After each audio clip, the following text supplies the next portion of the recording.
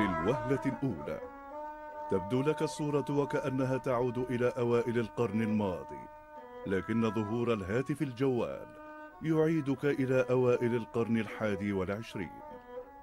أما المكان فهو قرية اسمها الغاط.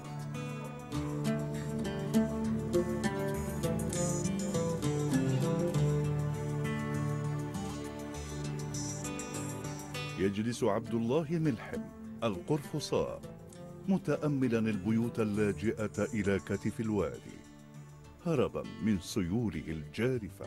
والله لو تطلع بدينا رجعنا فيها، بس ما ساعد الظروف. حتى وإن لم يرجع أهل الغاط إلى بيوتهم فهم أيضا لم يتركوها لتتآكل مواجهة لوحدها تقلبات الأنواء والسيول التي لا قلب لها. بيت الإمارة أحد بيوت الغاط الأهم. بين جدران مضافته المزخرفة الداكنة تبادل حكام وملوك جملا قصيرة خافتة الصوت نافذة إلى أعماق بلاد حكموها. الموقع اللي حنا فيه الآن هو موقع النزل التراثي، راح يرمم حوالي 30 بيت لتحويلها إلى فندق.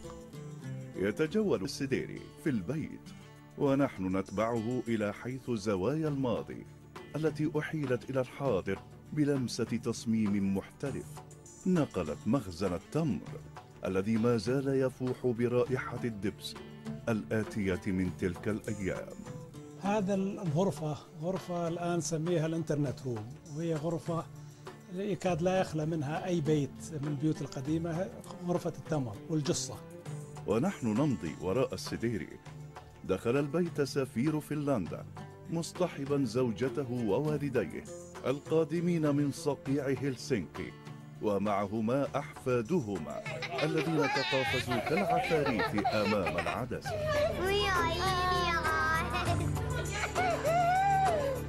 فيه 7 غرف نوم بالنزل، و7 كل واحد انسويت باثروم. بإمكان الشخص أنه يأخذ غرفة أو يأخذ البيت كله. حتى يبدو التاريخ تاريخا، خصصت أماكن للوثائق التاريخية التي لخصت علاقة الغاط بالتاريخ.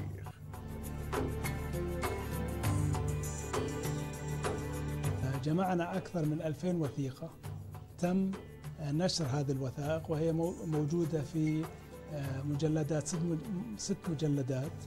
بهدوء يكاد أن يبدو صمتا يتدثر بيت الغاط تاركا الماء ليقول ما لم يقله أحد عن واد ينطوي على 3 عصور من العمارة النجدية التي هزمت السيول العمياء بالطين الطري.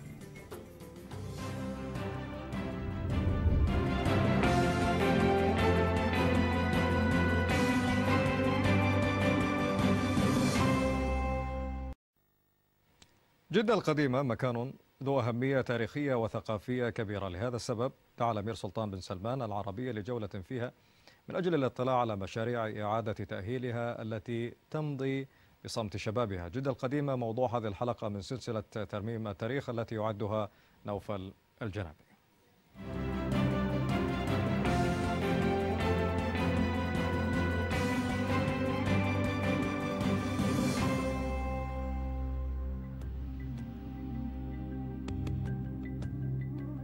حين التقيناه في الدرعية سألناه عن جدة القديمة، فأجاب الأمير سلطان بن سلمان: ليه ما نصور هذا في جدة؟ بين بيوت جدة وبين هذا ونتكلم نتمشى. على الموعد التقينا ليقودنا في جدة القديمة مبتدئا بأحد أهم شواهد تاريخها، بيت نصيف. هذا الموقع أهميته عالمية حقيقة وليست أهميته محلية، فلذلك نحن ننظر إن شاء الله لأنه هذه المواقع تكون مواقع حية وفيها حياة. من بيت نصيف حيث نزل الملك عبد العزيز حين دخوله الأول لجدة في معركة التوحيد السعودي. انتقلنا بنية دخول مواقع تاريخية أخرى وهي كثيرة، لكن لافتة صغيرة استوقفت الأمير سلطان. وهذا برنامج تمكين الذي يعمل على تدريب المواطنين على المحافظة على المواقع التراثية وصيانتها. المشروع اللافتة أخرج الجولة من مسارها، حيث تفاجأنا بمجموعة من الشباب يشاركون في أعمال الترميم، لينسى الأمير سلطان المتفق عليه منصرفا إليه. متحمسة. لم يكن اللقاء الصدفة ضربة حظ لهؤلاء الشباب فحسب، بل ذهب الأمر إلى أبعد من ذلك، حين فتح الحوار بابا لم يتصور البناؤون أنه سينفتح يوما لهم.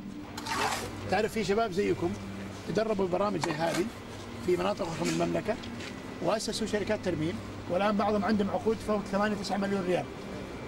احنا إذا أردتوا أنكم أنتم كمجموعة تأسسوا شركة ترميم في جدة، نحن مستعدين في الهيئة أن نستمر معكم في التدريب ونعطيكم تمويل للشركة ونعطيكم تأهيل في إدارتها أمورها المالية وكذا، تبدأ شركة صغيرة، وأيضا نعطيكم مشروع تبدأوا فيه في جدة، والأقسام الموجود هنا نوار نعمل مع الأمان، نعطيكم مشروع تبدأوا فيه شركة صغيرة. يبدو أن الأمير سلطان فرح بهذا الحوار فنسي الجولة ونسينا. أنا think كل الحديث هذا أهم شيء فيه. عجبك شيء. هذا أحسن شيء. استدار الأمير عائدا إلى حيث ترك سيارته في باحة السوق أمام بيت نصيب، ناسيا وعده بإكمال الجولة على معالم جدة القديمة، منصرفا إلى ناسها الذين يقول إن إعادة الحياة إلى مبانيها التاريخية دونهم مشروع شكلي وناقص. من زمان ساكن هنا؟ 25 سنة. 25 سنة، ما شاء الله. وين كنت في المسجد؟ في المسجد. إن شاء الله. أنت طبعا شفت الدمار اللي كان يحصل هنا والأمطار والسيول والناس والحرائق. تحزن أكيد. طبعا.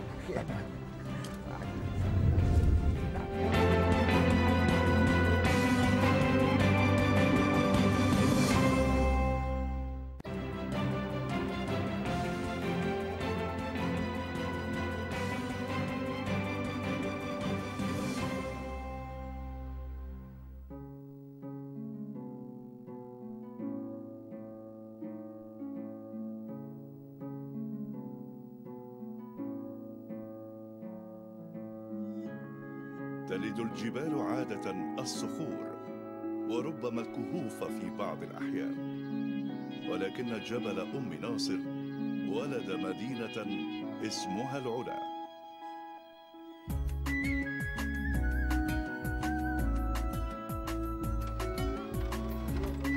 هذه المدينة الإسلامية التي يزيد عمرها على 1000 عام تتوسط وادي القرى. وادي القرى هو هذا الوادي الخصيب الذي يمتد من تبوك شمالا إلى المدينة المنورة جنوبا. رومان وثموديون ولحيانيون ومعينيون، وقيل أيضا سبئيون وبابليون، تعاقبوا على العلا، تاركين مزيجا حضاريا نام في صحائف الكتب، تاركا الفوانيس المطفأة والأبواب المغلقة والنوافذ نصف المفتوحة وأزقة الحجر التي لا تحرك سكونها سوى ظلال بشرية عابرة. هذه المدينة أيضا صممت كما ترون بطريقة يسهل الدفاع عنها، وقد قامت هيئة السياحة مؤخرا مشكورة بإعادة ترميم الكثير من البيوت في هذه المدينة. إعادة الحياة إلى العلا القديمة هي إعادة الحياة إلى المدينة التاريخية المتكاملة، إلى العلاقة الذكية التي اكتشفها المعماري العربي مبكرا بين العمارة والإنسان، باثا بين زواياها جمالية البساطة الصعبة. والرحبة هو مكان لتجمع الأهالي وعرض المنتجات الزراعية وكذلك مناقشة قضاياهم ومشاكلهم وحلها. تنفرد العلا بمزولتها، الساعة التي تعتمد على ضوء الشمس التي نجح العقل المتطور للمدينة في استخدامها بوظيفة ميقات دون أجر لترشد أهل العلا إلى أدق معرفة للمناخ والفصول والوقت والمواعيد. خلال انتقال الظل من مدة إلى مدة تسمى الورقة، وفيها يتم توزيع مياه العيون.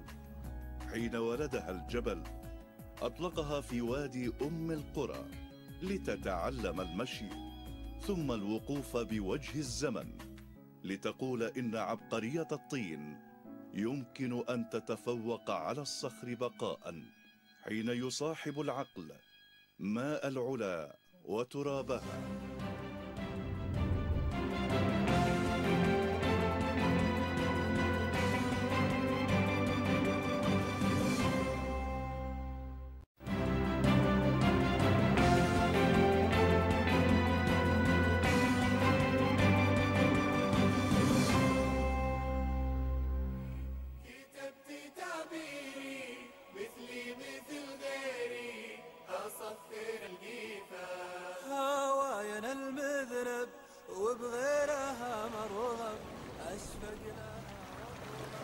تهدر في أذنك أصوات السيول وهي تلطم صخر الوديان ماضية إلى حيث يتجمع ماؤها إلى المذنب.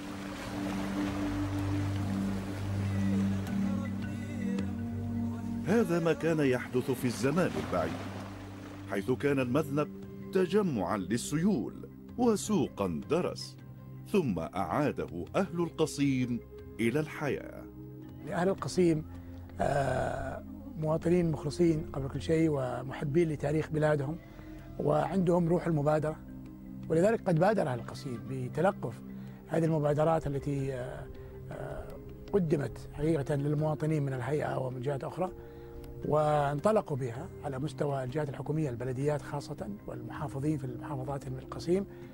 بلا شك أمير منطقة القصيم ونائبه كان لهم دور كبير ولا يزال في تشجيع هذه المبادرات واحتوائها وتوجيهها يعني بشكل منظم. جمعنا من مخابينا هذا السوق هذا. إبراهيم طويرش أكبر معمري القصيم، الكل يقول إن عمره تجاوز 100، أما هو فينقصها 8 أعوام، والسبب تخطيطه للزواج من 10 بعد أن ماتت 7 من زوجاته السابقات ولم تبق إلا 3 على ذمته. مثل الأول تماما، يخرج المصلون من مسجد السوق ليتوجهوا كل جمعة إلى ساحته الواسعة حيث يبدأ المزاد. 20 220 30 230 230 ريال 230 الطقم. ينفض تجمع المزاد متحولا إلى تجمع آخر يتحلق حول مشهد مستعاد من باطن الزمان.